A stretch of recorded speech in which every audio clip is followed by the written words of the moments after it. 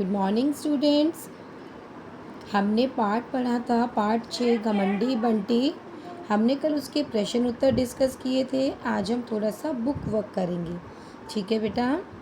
किसने कहा, किससे कहा। ठीक है, सिर्फ आपने ये बताना है किसने कहा। मैं वाक्य बोलूँगी और आप मुझे बताएंगे कि यह वाक्य पाठ में किसने कहा था।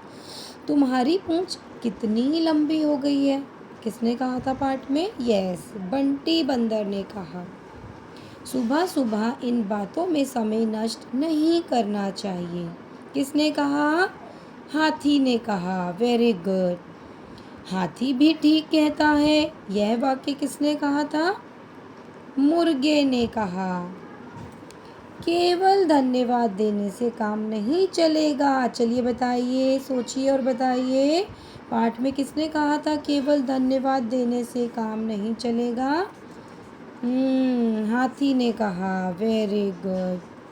अच्छा, अब मैं कुछ वाक्य बोलूँगी, इनमें से जौन से वाक्य सही हैं उन वाक्य पर आपने राइट का चिन्ह लगाना है और गलत वाक्य पर रॉन्ग।